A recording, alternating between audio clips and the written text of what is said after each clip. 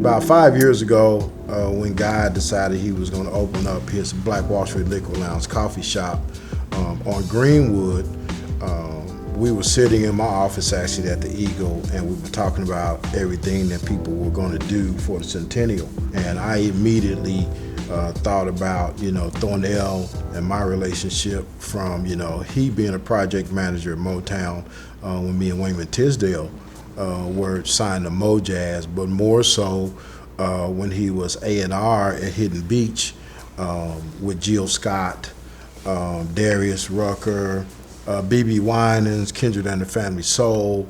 I don't know if you guys got down with the Unwrapped series, but man, everybody loves Unwrapped and what Thornell has done with that. So I'm excited, man. I think, music is the universal language, right? And so we've got some bang up artists and talent from Tulsa. Our roots go all around the world in terms of culture and history and education and music and athletics. This place is a special place, but we major in the export business now. Most of our talent leaves, so I want us to celebrate them, and I'm excited you pulled the parties together, Hidden Beach, Universal, Thornell, Steve, to the table. It's big, man. I'm excited. Thornell, how did you feel when I called you with no money and asked you to, let's go to work? Well, first of all, thank you for calling me and asking me, and money or not, I knew that I'd be involved. Fred said something earlier, and then Guy said something earlier, but it has something to do with being of service. And, my dad, although he was a businessman when I was really young, he was a college student. Mm-hmm. And he, was very active in the civil rights movement. And so I've got this activist spirit. And so as I was probably the last decade was learning more about Tulsa, Black Wall Street, the race riot, and it was top of mind for me. And candidly, when I started my career many, many years ago, it was always about using music to kind of amplify the people's voice, right? So when you shared with me, your concept for, bringing these local artists to a national audience, I was like, oh, this is what I like to do. Mm-hmm. And then when I started hearing some of the music, I was like, oh, wow, there's some really extraordinary talent here in Tulsa. So I'm proud to be part of this project for its historical significance as a marker from the past to the present and to the future. But I'm also really excited about bringing some of this new talent to the national stage. Steve at Hidden Beach, of course, the relationship goes back some 20 years. But Hidden Beach has done, Cornel West, mm-hmm. and BMWB. Hidden Beach has done President Barack Obama. Mm-hmm. So this kind of falls into that same hope, inspiration, motivation type of a project. We can't celebrate a massacre, right? But as we recognize the 100-year commemoration of the riot, what is being a part of this project? How can you see it help us? Well, I think the primary reason I really got excited to dig in is that music can have an impact.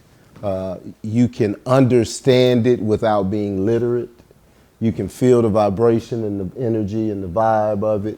And then when you add creative geniuses to the mix, then all it can do is push the culture forward. Now, the culture was stuck. And fortunately, we're now woke. Who became woke first? We've always been aware of this in our community. It's a misnomer that we didn't know. What we did was we stayed silent. So my parents' generation, my grandparents' generation could not be as communicative about it because of the conditions of the world and the nation, the violence that could be delivered towards our people. They saw it once. And so they were protecting us in many ways by not telling us about the massacre. What this project is bringing is a collection of really talented artists. Right. And I think that at Hidden Beach, our philosophy was always word of mouth is the strongest marketing tool there is. And the way to drive word of mouth is to have, real quality and real artists talking about real things. Right. And so that's one of the things that drew me to the project from the beginning when you started sending me music, because I was just like, oh, okay, so there's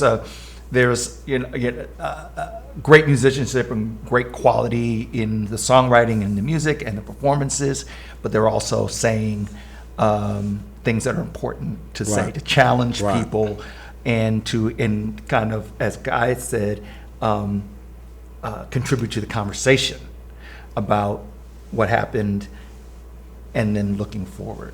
So I think that as we move forward with in the upcoming couple of weeks and finish, I'm not going to drop a lot of names again. Just know that there's local, national, there's spoken word, there's skits.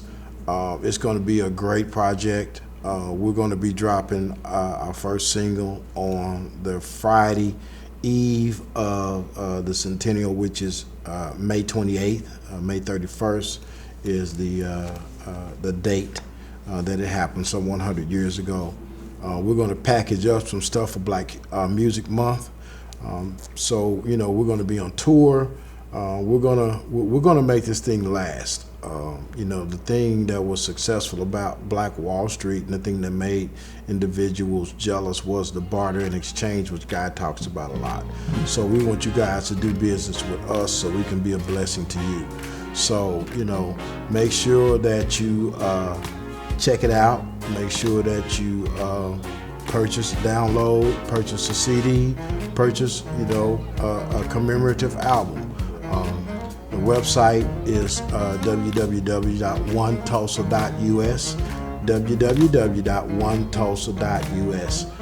So we look forward to our upcoming project, and it is our prayer that it blesses you.